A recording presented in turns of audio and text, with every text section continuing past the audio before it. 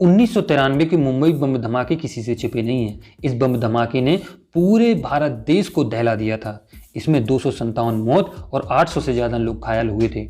इसी दिन से दाऊद इब्राहिम का नाम मोस्ट वांटेड लिस्ट में शामिल हो गया था। 1980-85 से ही मुंबई की गलियों में अंडरवर्ल्ड की दुनिया में दाऊद इब्राहिम का नाम बहुत बड़ा हो चुका था। उसी दिन से पुलिस में और एजेंसियों ने और इंटरपोल ने इसकी जांच करना शुरू कर दिया था और आज भी इंटरपोल को, पुलिस को, सभी को इसकी तलाश है। मुंबई की छोटी छोटी गलियों से निकलकर ये दाऊद इब्राहिम कैसे मोस्ट वांटेड अंडरवर्ल्ड डॉन बन गया, आज हम इसके बारे में जानेंगे। दाऊद इब्राहिम का जन्म 26 दिसंबर 1955 खेड़ रत्नागिरी में हुआ था। इसका पूरा नाम शेख दाऊद इब्राहिम कासकर था। इसके पिता इब्राहिम अली कासकर महाराष्ट्र पुलिस में हवलदार हेड कांस्टेबल थे। स्कूल से ही दाऊद ने अपने रंग दिखाना चालू कर दिया था और स्कूल के समय से ही ये बुरी संगत में पड़ गया और स्कूल समय में ही चोरी, डकैती, तस्करी, मतलब ऐसा कोई गलत काम नहीं था जो इसने ना किया हो। इससे परेशान होकर इसके पिता इब्राहिम अली कासकर ने इसकी शादी बीरा जरीना नाम की लड़की से कर दी और इसकी एक बीवी को महवीस हयात भी कहते हैं। आज ये 64-65 साल का हो चुका है और कई पाकिस्तानी एक्ट्रेस इसके संपर्क में हैं। सबसे पहले इसने एक बिजनेसमैन को लूटा था जिसके चक्कर में इसे जेल भी जाना पड़ा था। इसके चक्कर में पिता ने इसको अपने घर से निकाल दिया। पिता द्वारा घर से निकाले जाने के बाद उस समय के मुंबई के डॉन करीम लाला के पास ये पहुंचा और वहां कुछ दिन रुका और वहां से इसने करीम लाला से पैतरे सीखे, मतलब अंडरवर्ल्ड के पैतरे सीखे, गुंडागर्दी के पैतरे सीखे। उसके बाद कुछ दिन बाद उससे अलग होकर अपनी अलग ही गैंग बना दी अपने बड़े भाई के साथ मिलकर। 1980 में हाजी मस्तान और करीम लाला की नाक में इसने दम कर दिया और इसकी गैंग को डी कंपनी कहा गया और इसने फिरौती का धंधा चालू कर दिया। इसके चक्कर में इसे कई बार जेल भी जाना पड़ा था। उस समय एक और नाम मुंबई में बहुत सुर्खियों पर था, मनिया सुरभि। इस नाम ने भी पुलिस के कई लोगों को और बड़े बड़े लोगों की नाक में दम कर रखा था।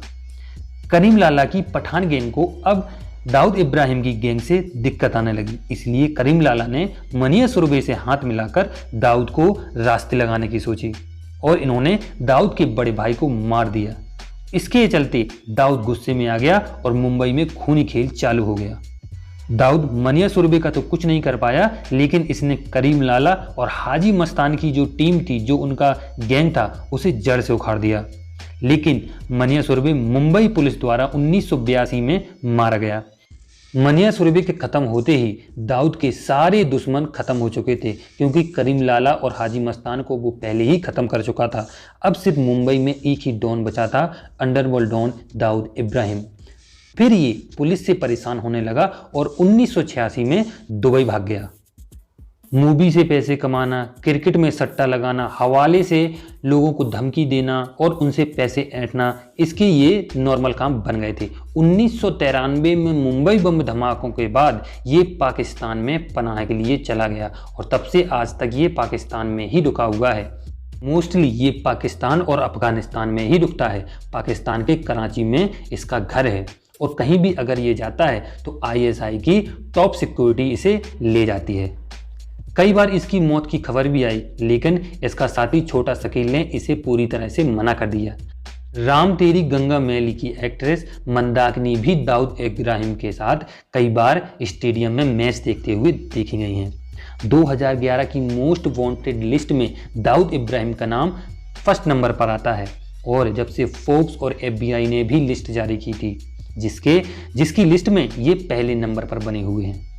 और आज भी ये पाकिस्तान में बैठा बैठा UK और यूरोप जैसे देशों में ड्रग्स की तस्करी करता है और पाकिस्तान, अफगानिस्तान कहीं भी अगर इसे जाना होता है तो ये ओसामा बिन लादेन की टीम ISI और तालिबान की गिरफ्त में जाता है, मतलब उनकी सिक्योरिटी में जाता है। जांच के अनुसार 2006 में 40% पैसा ये भारत से कमाता है। वो फिरौती से भी कमाता है, टेरर फंडिंग से भी कमाता है और ड्रग ट्रैफिकिंग में भी कमाता है। और आज भी Dawood Ibrahim most wanted list में पहले नंबर पर आता है और सबसे ज़्यादा इसको भारत ने खोजा है और भारत कई बार दावे कर चुका है और पाकिस्तान ने इसे कई बार नकार भी दिया है कि दाऊद इब्राहिम हमारे देश में नहीं है। बॉलीवुड में दाऊद इब्राहिम पर बहुत सारी मूवियाँ बनी हैं, जैसे shoot out at Lokhandwala, once upon a time in Mumbai, D day, shoot out at Wadala, और इसकी एक बहन थी, उस पर भी मूवी बनाई गई है। उस मूवी का नाम है हसीना पारकर, 2017 में आई थी। दाऊद इब्राहिम पर आपको ये वीडियो कैसा लगा और उसके बारे में जानकर आपको कैसा लगा, कमेंट करके ज़रूर बताएं। मिलते हैं अगले वीडियो में बहुत ही जल्द एक नए टॉपिक के साथ। जय हिंद, जय भारत।